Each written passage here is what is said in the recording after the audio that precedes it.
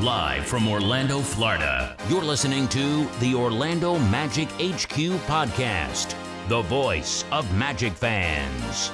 Join us every week for a unique fan perspective on all of the latest Magic news and updates. The show starts now. What's up, Magic fans? Welcome back to another episode of the Orlando Magic HQ podcast, brought to you by the Bleed Podcast Network and Bet Online. We're your host, Al, myself, Anthony. Today is March 3rd, dropping this episode on a Monday. Magic just got done with a tough loss against the Toronto Raptors, and it just has been rough stint for the Magic. Now for what seems like a little while now. Like we can't even say that it's been rough since the All-Star break. It's been downhill for the Magic for quite a bit. The Magic have not been able to play good basketball or find their rhythm ever since Franz Wagner really went down. The minute that Franz Wagner went down, it's just been a tough stretch for the Orlando Magic. So in today's episode, Al and I, we're going to be kind of talking about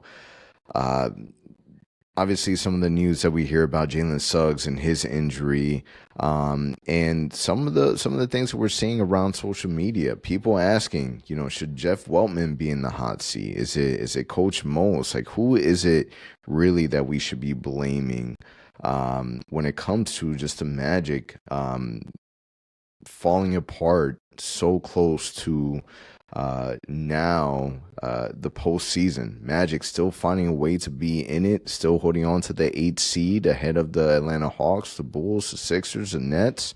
But still, Magic are 4 games under 500 and are not looking like the Orlando Magic. The Orlando Magic are a team that,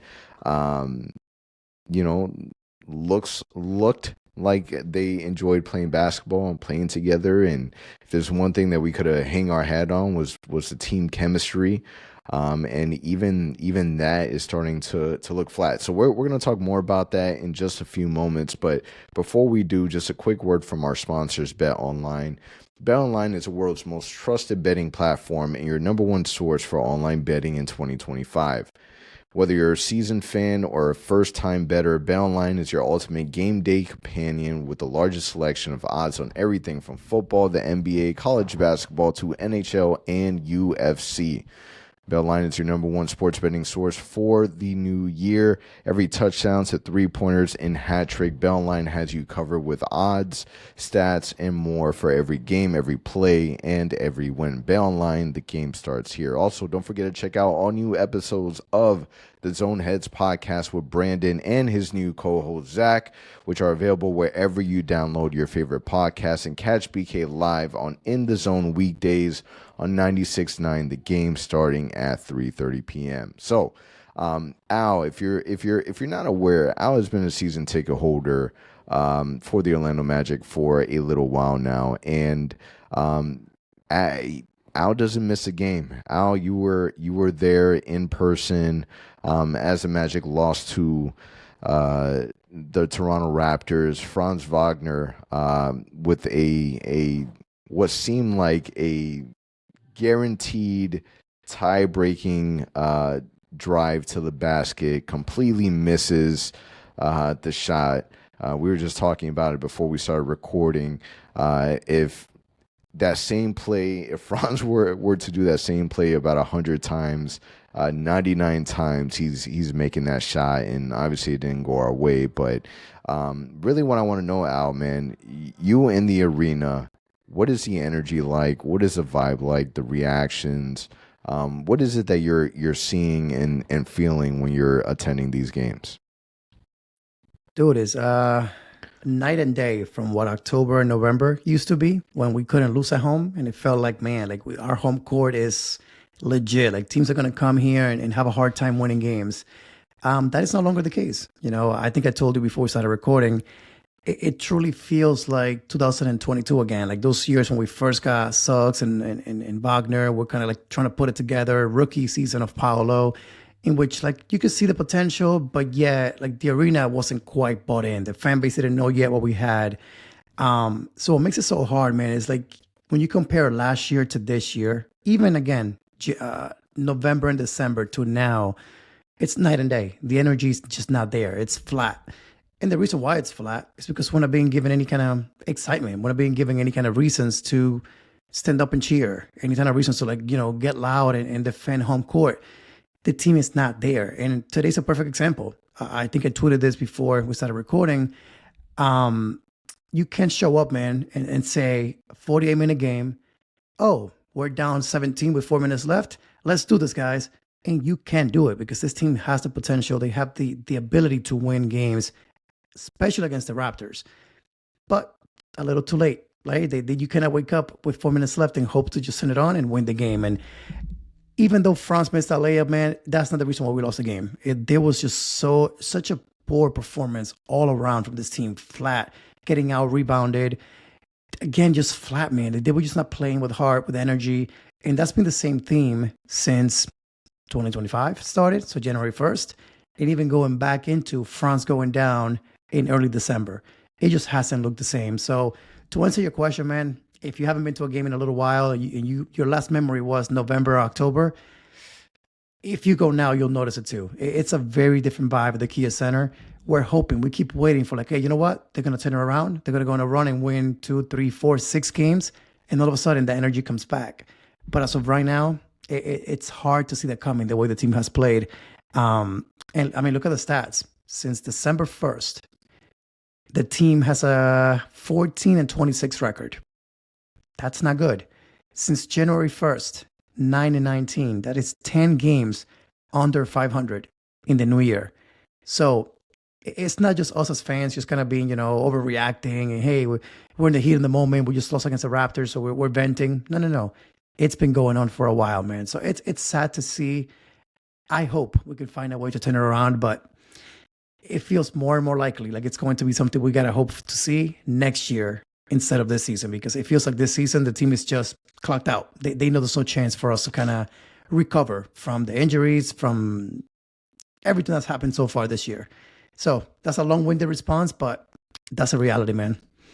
Yeah, I mean the Magic, we just don't look like we have energy out there, and one can point at the fact that our energy guys aren't playing basketball. You take a look at what Jalen Suggs is able to bring. You take a look at what Mo Wagner is able to bring. Those are our energy guys, and we just don't have that, right? So other people need to step up, and carry that for us. Somebody that could help us in that position drastically is a player like Cole Anthony, who can bring the energy, and also it's a person that we're relying on right now to set the table and be our point guard. And let's be honest, man, we're asking more than we would have last year from a Franz Wagner, from a Paulo Banchero, to fill that void that Jalen Suggs was able to bring to us. And let's be clear, last season Jalen Suggs was our best shooter.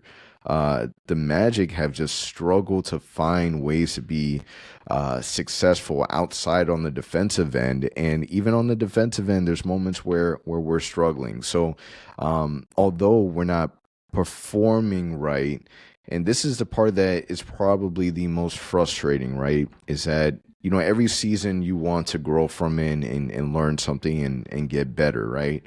But we also know that our front office, they they take a huge liking to our players in our roster, and then one can easily point at the fact that Franz Wagner, Jalen Suggs, and Paulo Banchero have only played 6 games together, equivalent to 97 minutes. You can blame the injuries and everything that we've gone through on the fact that we're just having a crappy season. And what happens there? Like, how do you make decisions moving forward because of that? And I'm fearful that the Magic are just gonna run it back, right? And everyone should be fearful of that because it's happened time and time and time again. So obviously the news came out with Jalen Suggs, who that they found that his injury was a little more serious than expected. There was a lot of space and window where people were asking questions like, when's Jalen Suggs coming back? It's a lot of time that's already passed. He's still not doing physical contact in practice. Like, what is going on?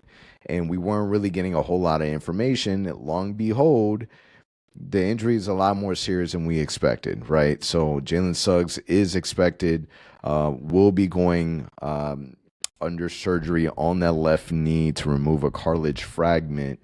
And this is something too the Magic should be worried about. We just gave Jalen Suggs a crazy contract, and people are comparing this injury to the same injuries that Joel Embiid is going through, and Lonzo Ball. And from a long-term perspective, when we get Jalen Suggs back, is it even going to be the same Jalen Suggs that we got last season, that we got to see a little bit of this season? Jalen Suggs is a person that plays with a lot of energy. He unfortunately plays very, very dangerous basketball, where he's just kind of throwing his body, not protecting himself.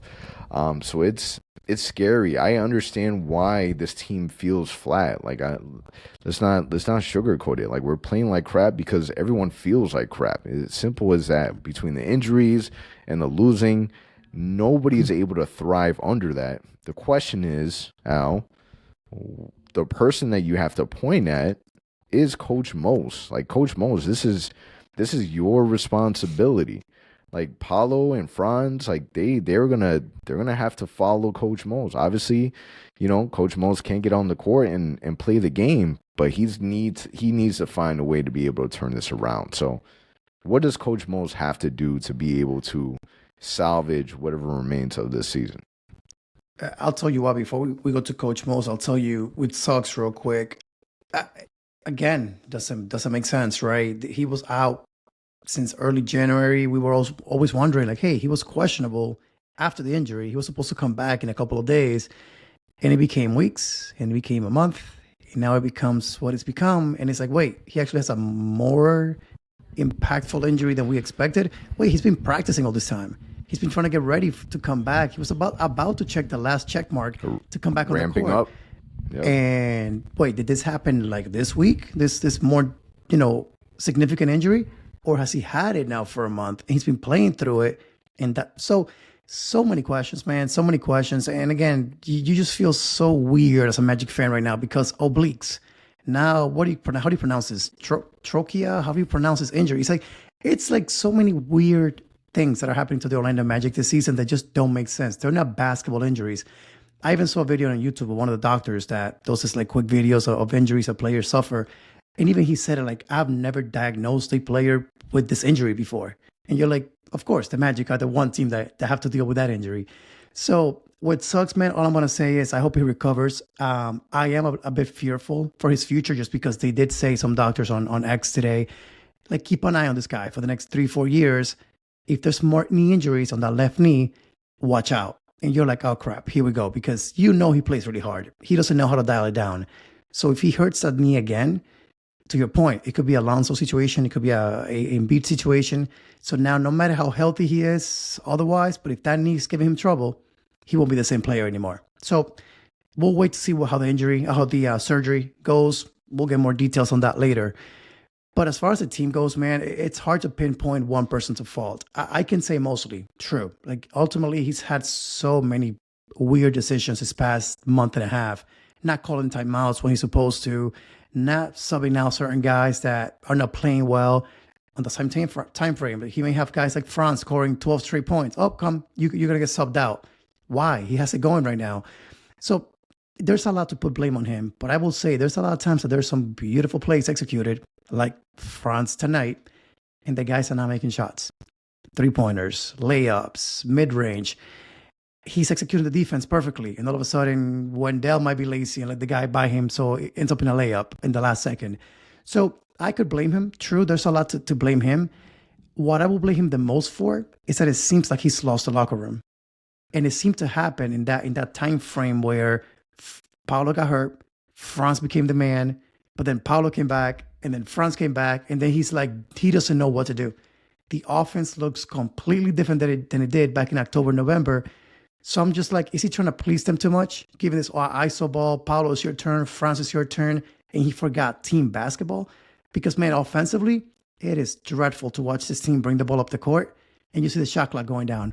15, 10, 5, and you're like, who has the ball? Paulo or Franz every single time, dribbling. You're like, what is this? This is not NBA basketball offense. So I'll blame him for that. But I do think there's a lot of blame to give to the front office, man. It was clear as day. This team needed a boost at the trade deadline. They needed a shooter. They needed a guy that could give them a little boost. If Mo cannot be back this season, which he wasn't, Mo Wagner, that is, you know that you need someone off the bench to give you a spark.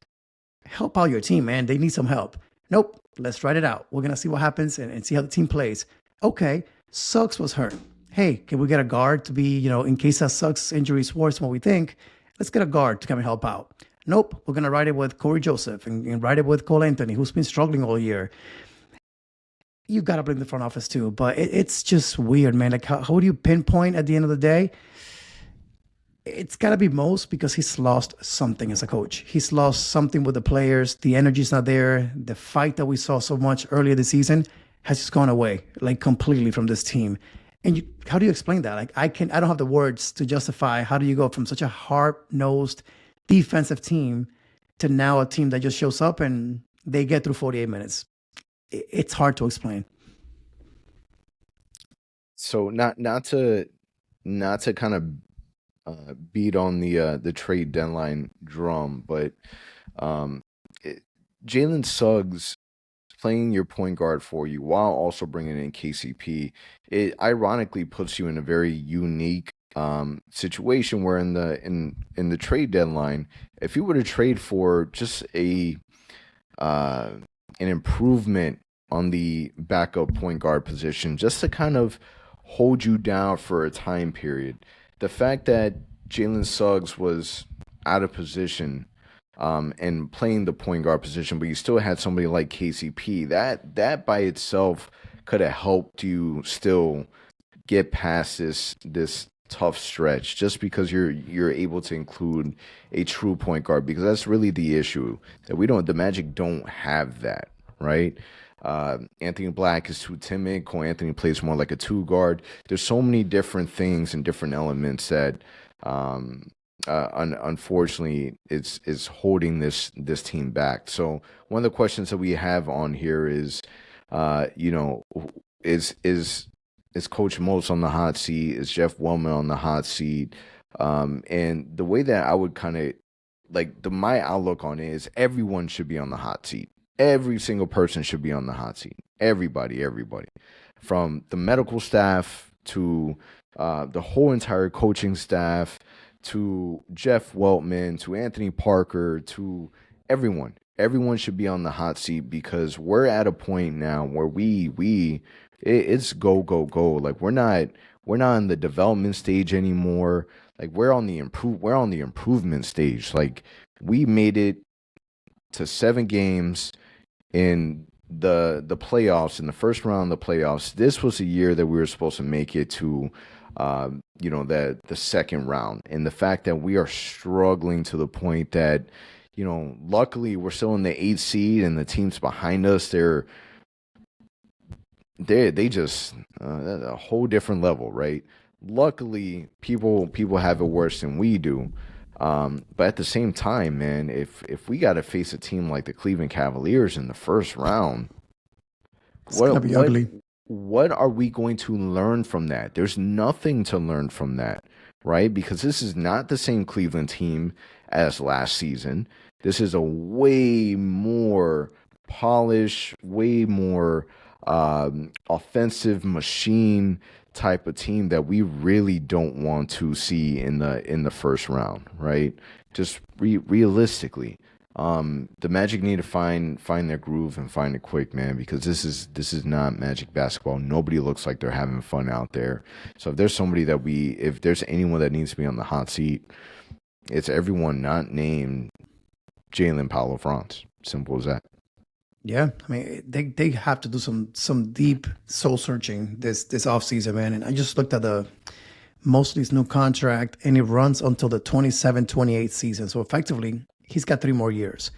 And what I'm gonna say to that is, again, I love Mose as a person. He's proven to be a great coach, but he's struggled as an offensive coach now since he got here. He hasn't been able to put together a nice offense for this team, an offense that works. Again, you have to make the right decisions, man. And look at the Cavs last year. They beat us. They lost to Boston. They fired their coach, who didn't he win Coach of the Year, whether it was last year or the year before that. So if you can fire a guy like that because he doesn't have the locker room bought in, or whatever system you want to implement, he doesn't have it, you can still fire that guy. I'm sorry, Mose, but if the writing's on the wall and the guys, you lost our locker room, you got to be on the hot seat. Like, I don't want it to be the case, and I don't think it will be the case. I think the Magic believe in him still. So if anything, I do believe that Jeff Weltman goes first. I think they've given him the keys to this team for a while, and he's proven that he's afraid to make the big move. He's afraid to give up on a young guy that might develop into something. And there's reasons why, right? You think about Oladipo, you think about Tobias Harris. I think that's still ringing in the Magic's ownership group, like, hey, don't give up on young guys too soon. But at this point, you're about to pay Paolo $300 million. You paid Franz $200. You paid Jalen $120. You gotta bring in guys that can help these guys develop and win now. You cannot keep waiting. And I think that's gonna have to happen this offseason. So if I were to rank it, I think players are last. I think players are never gonna be blamed in this day and age in the NBA. But it's gonna be front office first, coaching staff second. But you gotta make some changes, man. If you bring Mosley back, you have to bring an offensive-minded assistant coach to be the lead assistant. You cannot just keep thinking defense. I get it, but in today's NBA, man, you gotta make shots. You have to, especially 3-pointers. So we'll see, man. But it's gonna be a weird offseason because we have 2 draft picks. We have a bit of flexibility still. Some young guys we can trade. Some expiring vets. A guy like KCP, man, you brought him in, but he hasn't worked out. Do you flip him for something better, an upgrade some way, somehow? But my fear is GMs will look at our team and say, you guys cannot make a shot. Your young guys didn't develop this year. Why give you anything significant for what you have? Overpay for our guys. And will Jeff Weltman do that? I don't think so.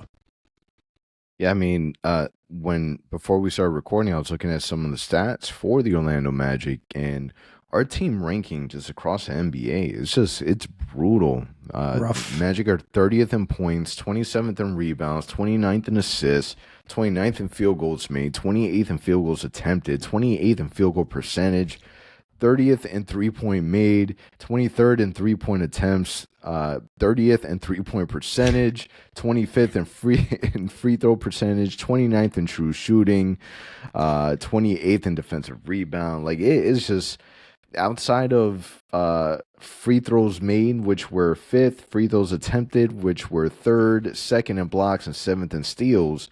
It's a lot of red for the Orlando Magic. It is. We are just not a performing basketball team, and if Coach Mose is not savvy on the offensive end to the point where we can be more efficient.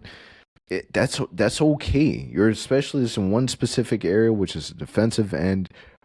Just like you said, bring in an offensive-minded associate head coach, assistant coach, and allow for us to find ways or have a different voice for us to be able to improve offensively, because we have offensive guys. Franz Wagner is not a defense-first player. Paulo Banchero is not a defense-first player, right? We have offensive guys, and clearly they still perform. Like, you take a look at the stats for today's game. Paulo still put up numbers. Franz still put up numbers. But, at the end of the day, man, we need to win games, and that just hasn't been happening for the Magic. It's been tough. It's been rough. Dude, and I think another thing I'll blame Coach Mosley for is this weird scoring droughts that the team goes on, where they go from being up 10, 11, 15 to all of a sudden being down 10, 15 in a matter of minutes. It happened on January 27th against the Heat. We ended up losing that game in overtime. You go forward then, we lost against the Hawks on February 10th. We were leading by double digits. We lost that game. Fast forward to Memphis on February 21st. We're winning by double digits. We lost that game. against the Warriors this past week, 227. We ended up losing that game. We were up double digits. We lost that game. And then again today, we were neck and neck in the third quarter. We took the lead, and then we went down 17 into the fourth quarter against the Raptors in a matter of minutes. So that's where you're losing a lot of games. You look at our record right now, we're under 500 by what? 4 games at this moment. If you just those games I mentioned to you, if you win those, all of a sudden you're playing 500 basketball. You're playing one above 500. You're right there. You're playing decent. You're still fighting with Detroit for that the 6th seed. But man, you can't, as a coach again, you can't let this happen time and time and time again, and just keep doing the same things. It's just not gonna work. So again, offensively, a lot has to change. And I know the front office likes the defensive minded first thing. They've been doing that for years, drafting defensive minded guys. It hasn't worked. It's time to switch it up a little bit and do something different, because what we've been doing for a while, unfortunately, hasn't worked. Even last year against Cleveland, we played so well last year, but what happened in the playoffs? We got exposed. We made it 7 games. Yeah, that's true. But let's be honest. How were those games in Cleveland? They were rough. We couldn't hit 3-pointers. So I don't have the words, man, to explain what has happened to this team or what it's going to happen this offseason. But all I can say is the ownership group, the front office, they have to have a real heart-to-heart and say, this is what we are. We got 3 guys that should be here. And that is, again, Franz, Paolo, Jalen Suggs. Outside of that, let's build around those guys and make it work. Yeah, there's a disconnect. You can see it in the body language. You can feel it and hear it, whether you're watching it live or you're at home watching the games. Everything just feels it feels like everything's flatlining. So the Magic need to find that spark, and luckily, unfortunately, you lose this game against the Raptors, but Tuesday you get another crack at them, followed by Thursday against the Bulls, and then Saturday a tough game against the Bucks. So Magic need to find a way to be able to turn things around before this starts rolling and rolling in a way where the Magic fall too deep and too behind. So when you look at some of these games that we have coming up, do you see the Magic turn it around? The Raptors and the Bulls, on paper, teams that the Magic should be able to beat and be easy. But obviously that didn't happen today against the Raptors. So what are your thoughts on these upcoming games? It's hard to say, right? Because against Golden State, you played really well. You actually showed that you could actually hang with them for a little bit until they went on a big run and blew us out. And you would think they would come back today strong and say, you know what, we've played hard against Golden State. It took a incredible Steph performance to win that game for them. We can come back against the Raptors and win that game. And unfortunately, they came out flat. So for me to say, on Tuesday they should come out strong and, take this loss to heart and come back strong, is it going to happen? We're about to find out. But on paper, they should win Tuesday. They should win or need to win against the Bulls because they're right there in the play-in race with us. And then I'm going to say Milwaukee always kicks our ass. I'm going to say we lose that game. So if you can go 2-1 this week, I'll take that. That would be amazing. But it wouldn't surprise me if we go 1-2 because, again, a game that we're supposed to win, we just don't for whatever reason. So I'm going to predict, I'm going to be positive for a change because we've been very negative in this episode, in last episode too. So I'm going to say 2-1 this week. But what about you? How do you see this week's matchup? Do you see us going 2-1? What are your thoughts there? Yeah, I mean, I'm not really anything different than what you said. If we're, at this point, we don't know what to expect from the Magic, right? We're kind of a wild card. So yeah, I'm gonna go based off of what we see on paper. Teams like Bulls, like the Raptors, we're way too behind not to beat these teams that we're expected to beat. Right, even with our current standing, Paulo and Franz, you would hope that those guys are enough to be able to drag this team to a win. So Milwaukee, obviously a tougher matchup, tougher team, but you should definitely look to beat the Raptors, and the Bulls. And really, for me, the fact that you lose against the Raptors and have another opportunity the next game, I'm looking to see how it is that the Magic do respond against that team because, especially a tough way to lose against them, they go on a really high run against us. towards the end of the game. And this is a team that we should dominate, man. They're not trying to win games. They're trying to actively tank. So the Magic need to take advantage of those situations and get some wins in the win column. Simple as that. So we'll see, man. We want to see this team become more alive because again, they need that level of spark that they've been missing. Yeah, man, they have to show something, man. You have 20 games left now. Again, I think the team, if you ask me right now, this team is just clocked out. I think they're waiting until April. They just know that the season is pretty much a wash. Even if you make the playoffs, right, you're going to play the Cavs or the Celtics in the first round at this particular moment. Again, to your point earlier, do we even want that as a fan base? Do we want to go through a 7-game series or whatever it might be against Boston or Cleveland, the way they've been playing without Suggs potentially? It's not going to be pretty. You might win a game. You might win 2. Again, the rest of those games are going to be 40-point, 30-point blowouts. Do we want that? I don't know. As a fan right now, all I want to do is, man, just finish the season. Leave me Paolo and Franz be healthy. No major injuries for them. And honestly, give me Mo Wagner and Suggs healthy next year. And let's do it again, hopefully with some shooters on offense, because right now, I have no energy to watch this team play in the play-in or in the playoffs. What are you going to expect? There's not much hope at this moment. Yeah, so we'll see what ends up happening. Hopefully the Magic are able to turn this around, show some fight, show some spark, because this team desperately needs it. That's a wrap for us, man. Appreciate everyone for listening. Show is brought to you by Bet Online. We'll catch you guys on the next one. For all the latest Magic news and updates, visit OrlandoMagicHQ.com and follow us on Instagram at OrlandoMagicHQ and on Twitter at OMagicHQ. Also, remember to subscribe to our YouTube channel and subscribe and leave a 5-star review on your favorite listening platform.